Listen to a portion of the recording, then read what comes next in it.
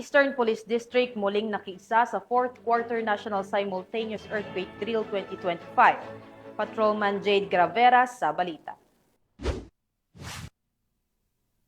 Muling nakida cover and hold ang mga kapulisan ng Eastern Police District sa ginanap na 4th Quarter Nationwide Earthquake Drill for calendar year 2025.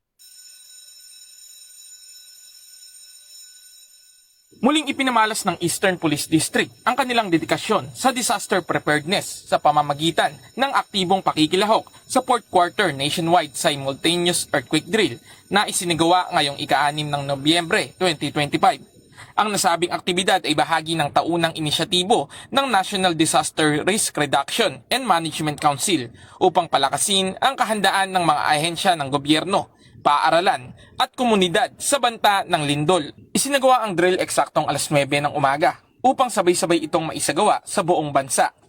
Nakiisa rin ang mga tauhan ng EPD mula sa 4 na himpilan nito sa Pasig, Mandaluyong, Marikina at San Juan.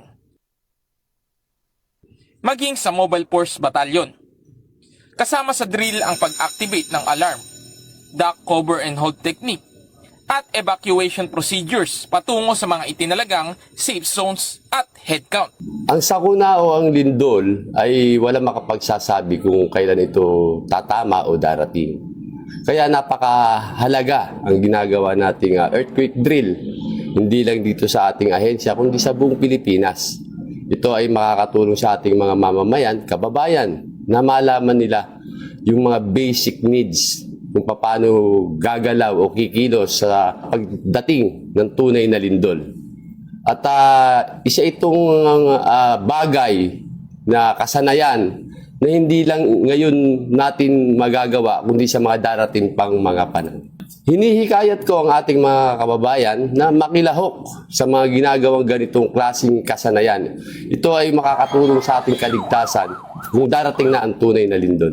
Layunin ng nasabing aktibidad na palakasin pa ang kapasidad ng mga pulis sa pagresponde sa mga sakuna.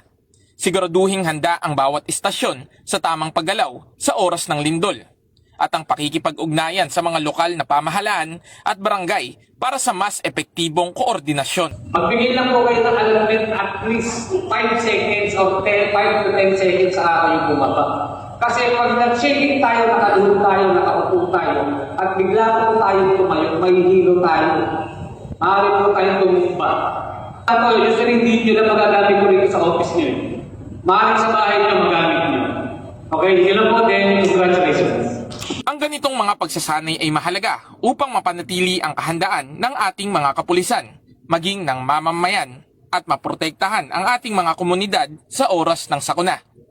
Hinihikayat naman ng EPD ang lahat ng mamamayan na aktibong makilahok sa mga earthquake drill at alamin ang mga tamang hakbang at kung ano ang mga dapat gawin sa tuwing may lindol. Ang kahandaan ay hindi lamang responsibilidad ng pamahalaan, kundi ng bawat isa. Mula dito sa Eastern Police District, ako po ang inyong PNN correspondent, Patrolman Jade Gravera, alagad ng batas, tagataguyod ng Balitang Pulis.